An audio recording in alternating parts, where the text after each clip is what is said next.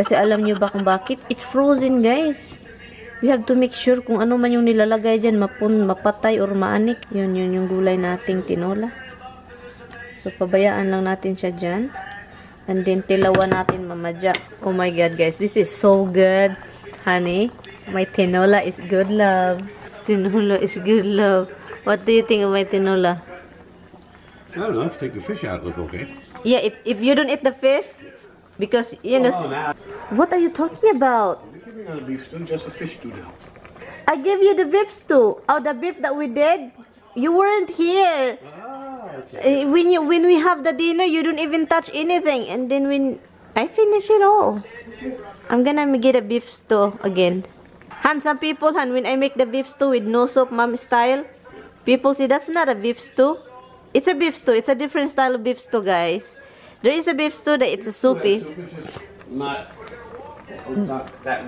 Beef stew is a little bit thicker. Thicker soup. It's not a gravy, but it's a thicker soup. Yeah, not this one. It's a soup, but it's not like the soup that we think like this, guys. Because somebody comment that the beef stew that I made is not a beef stew. It's a beef stew. It's a thicker thingy because of the vegetables cooking forever.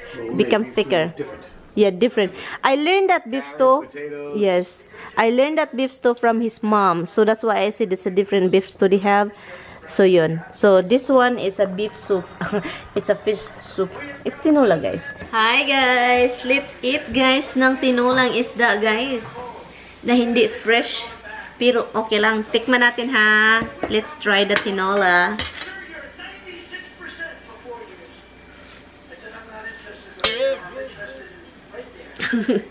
Sarap. Huwag mo lang isipin na ano siya, frozen. Wala, bakit may ano, mamang? Ang mamang na ito is galing sa Pilipinas. I think this mamang is from the Philippines, traveled here. And, yun o yung hamigas na maliit na itim. Oh, bakit may hamigas ito? Uy, galing talaga ito, I think sa ano, sa Malunggay. Ay, di na naman dito. Uy, galing sa Pinas. Buti ka pa, nakapunta ka na dito. So, kang pinakurat. Tikman natin yung isda kahit frozen siya, di ba? Tikman natin ha. Kung okay ba. Isda man siya, guys. Hindi man siya manok. Isda talaga. Lasang bangus talaga siya, guys. As in, guys. No joke.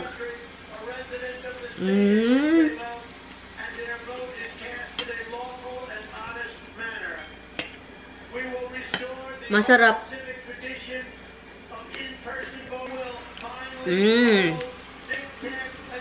Honestly, guys, tinula. Tinula talaga siya.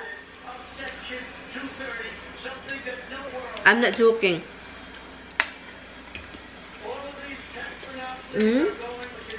Ang sarap ng tinula. As in, si Tami ayaw niya, guys. Hindi niya matry ito.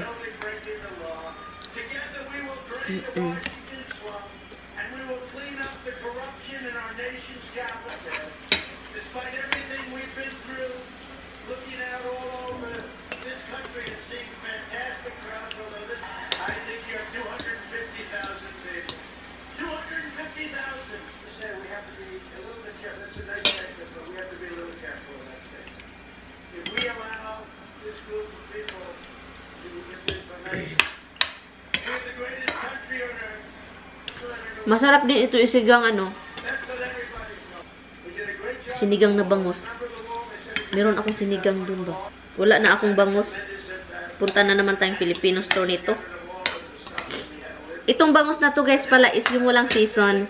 Ang una kong luto nito, hindi ko nagustuhan kasi ano, doon sa oven, binibake ko siya. The next kong luto na gustuhan ko siya, yung andito, yung nandito si Lloyd. Masarap talaga siya. And then ngayon, tinatry ko na naman siya. Ganito, ang sarap, guys. Honest. Masarap siya. Tapos na tayo naligo. Presko na tayo. And, yun, nanonood lang ng news kasi naloka na itong Amerika. Ano na, nakakatakot na tumira dito. Instead of magandang tirahan dito, nakakatakot na tuloy. Ay, nako, mga tao nga naman. Anyway. So, ang gagawin ko po ngayon, guys, is At punta tayo sa taas. And then, maghanap ako ng, ilagay ko dito yung mga ipadala ko. And then, yung box. And then, hanapin pa natin yung mga, kailangan ko pa yung mga tinipon ko na ipadala. Kaya ko na manood ng news. Nakakatakot. Nakakatakot na galing. Itong box, hindi ko pa yan maano. Katakot na, di ba? January na, ang bilis ng panahon, guys. Ito yung mga coat ni Tami, guys. Alam nyo, ang dami, loh. 1, 2, 3, 4, 5, 6, 7, 8, 9, 10, 11, 12, 13, purgatin. Ang dami. At saka ang dami pa doon sa kabilang closet. And meron akong bag dito ba? Tika muna, ha? Hanapin natin. Pasok! Pasok! Okay. Oops! Andito na siya. Hindi ko pa inano yung buhok ko. Binoblow dry. Binoblow dry. Ito ang halaoy. Alam nyo guys, I don't know how to clean this up. Nalubat. Kailangan ng bagong battery. Bigay ito ni Tommy. Maganon-ganon ito, oh. Hindi ko to ipadala. Hoy, no! Not the camera. Matumba. Nahulog na baya ni Imo. Baya yun ning gihulog. Imo baya yun ning gihulog, day. Doon pala. Kailangan ko itong linisin. Pero ang problema, hindi ko alam kung paano. I-hand wash or something. Ipadala ko rin ito. Ito lang. Tignan nyo naman yan. Tulog na tulog ka din, ha? So, dalhin ko lang sila sa baba, guys. Para doon ko na sila ilagay sa box. And I think meron pang yung binili ni Tami para sa papa ko. Ito dito. Kung makita natin ito. Binili ito ni Tami para kay papa. Tubig. Lagyan mo ito ng ice. Buong araw. Buong araw. Lagyan mo ng konting ice. Konti or mga punong ice. Maraming tubig. Ito na naman si Habs. Buong araw, guys. Maginaw yung tubig. As in talaga. Ito yung... Meron si Taming ganito. Dala-dala niya yung nagtrabaho siya. Habs, get out over there! Ito, mga pantalon ano natin. Mga pantalon ito na hindi... Ito, kabago-bago pa. Hindi ko na masuot. Well, I think hindi na ito magkasya. Pero ayaw ko muna itong ipadala. So, maghanap lang tayo ng mga pang ano guys, pang padala. Mga brand new pa tong iba. Oh. So, ito yung ipadala ko guys. Yun, mga sasilufin pa yung iba. Yung isang box is andun pa sa taas. Ito yung mga ano ko pala. Sapatos ko. Maghanap pa ako and also, maghanap ako sa Walmart ng damit ng dalawang babae. Iwan ko kung magbili pa ako ng mga pangbata. Mas gusto kong magpadala yung mga pangbahay ba. Gusto ko yung ganun. Mga pangbahay na lang. Tumutunog na yung tiyan ko. Ay. Tumutunog na yung tiyan ko.